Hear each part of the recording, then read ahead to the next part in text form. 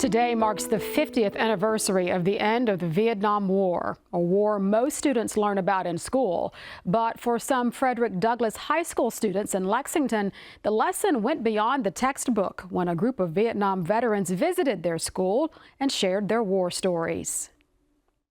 I have long thought about how can I teach Vietnam in a meaningful way, especially now that most of this particular generation of kids, their grandparents might have served, or like great uncles, that sort of thing. I really wanted to bring in as many veterans as possible so that way they could hear from real people that were there and that served. We gave Vietnam something they didn't have before we got there, South Vietnam. We gave them freedom. Well, I think in this day and time, they have no knowledge of the Vietnam War, all except for maybe what they hear or read a little bit about it. I think television and movies sometimes wrongly depict what a veteran goes through. What I was telling them is some of the things that I went through. I've got 3 Purple Hearts at home. I think it's very important that they know what really went on, and talking to people as myself who were first-hand experience over there in that environment. Let them really know what it's like. Reading the things in books or magazines, etc., are a little bit different than actually talking to someone that actually lived that life for a little while. I had a lot of veterans that want to come, but I think that they were nervous about the types of questions that they were going to get asked. I told the kids if they're willing to talk about those things and share those things with you all, that's fine. But if they don't want to, then we can talk about other things. This is a first experience with the high school, and I really enjoyed it. The questions were great. I responded to every one of the questions. What are your feelings on people that dodge the drafts? If they dodge the draft, they can dodge reality of life. I was very honest with them. I think that's the way that we should operate, be honest.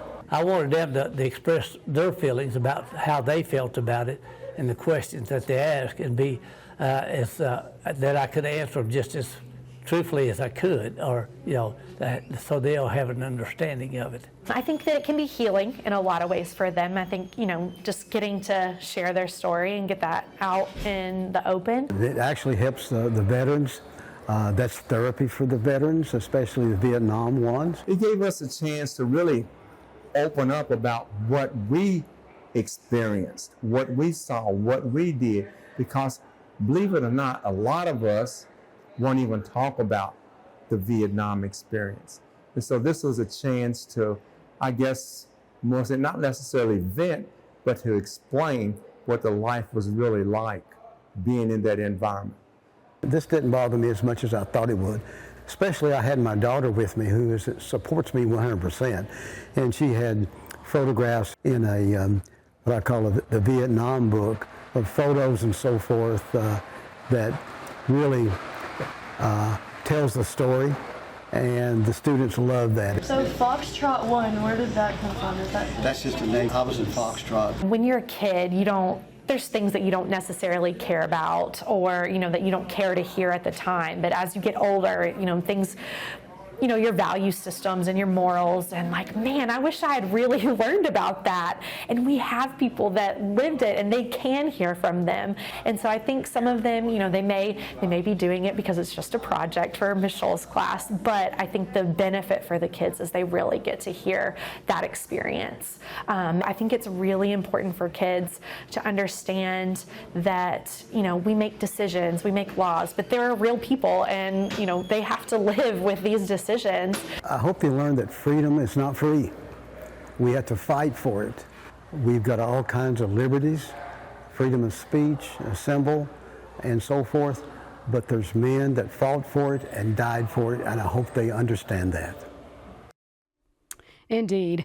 Maggie Scholl, the teacher you just heard from in that story, says her students spent about a month talking about Vietnam and preparing for a podcast featuring conversations with Vietnam veterans.